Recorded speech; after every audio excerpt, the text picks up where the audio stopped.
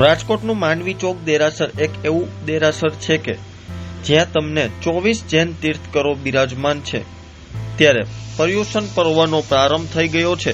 રાજકોટના અંદાજે 26 પ્રાચીન દેરાસરો પૈકી માંડવી ચોક દેરાસરનું વિશેષ મહત્વ હોવાથી જૈન ધર્મના લોકો અહીંયા દર્શન કરવા માટે આવે છે। જૈન સમાજ દ્વારા 8 દિવસ સુધી પર્યુષણ મહાપર્વ ઉજવણી કરવામાં આવશે, જેમાં મહાવીર સ્વામી દ્વારા દર્શન કરવાના આવેલા પથ પર ચાલીને પર્યુષણ પર મહાપર્વની ઉજવણી કરવામાં આવશે। આ દરમિયાન શ્રાવક અને શ્રાવિકાઓ દ્વારા જૈનોને બોધપાઠ આપવામાં આવશે। માંડવી ચોક દેરાસરમાં માણેબ્રત દાદાની જે તસવીર પ્રાંતિ બિરાજમાન છે, તેના દર્શન થોડ મોટી સંખ્યામાં ભાવિકો ઉમટી પડે છે।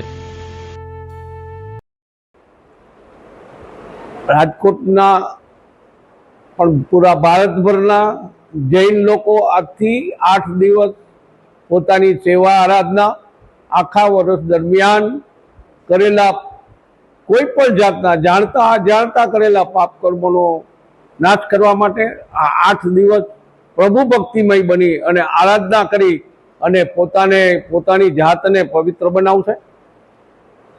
ત્રિલોકનાથ દેવાધિદેવ 24 તીર્થંકર જીવદયા પશુપાલક મહાવીર સ્વામી ભગવાન કે જેમને જીવદયા અતિશય વાલી એમની રક્ષણ કરી અને જીવની રક્ષા કરવા માટે પણ જૈનો આજે ઉમટી પડશે કે ભાઈ 8 દિવસ કે પશુપાલનના આદેશને માન આપી અને જેટલી જીવ હિંસા ઓછી થાય એનું ધ્યાન રાખશે।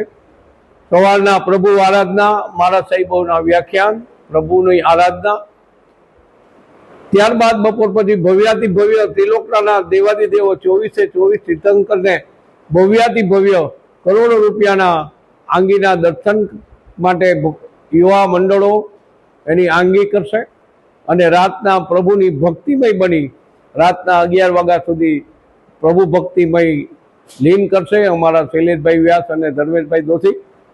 આ આરાધનાની અંદરમાં રાજકોટના આ તીર્થ સમાન જિનાલયની અંદરમાં રાજકોટનો એક જૈન આ 8 દિવસની અંદરમાં તીર્થના દર્શન કરવા આવશે અને આ પર્યુષણ મહાપર્વ પૂરા થયા બાદ 22/9/24 રવિવારના રોજ તમામ જૈનો એક થઈ અને અહીંયા ત્રિલોકનાના દેવાધિદેવના સાનિધ્યની અંદરમાં સંઘ જમણની આરાધ જમશે, પ્રસાદ લેશે બધાય।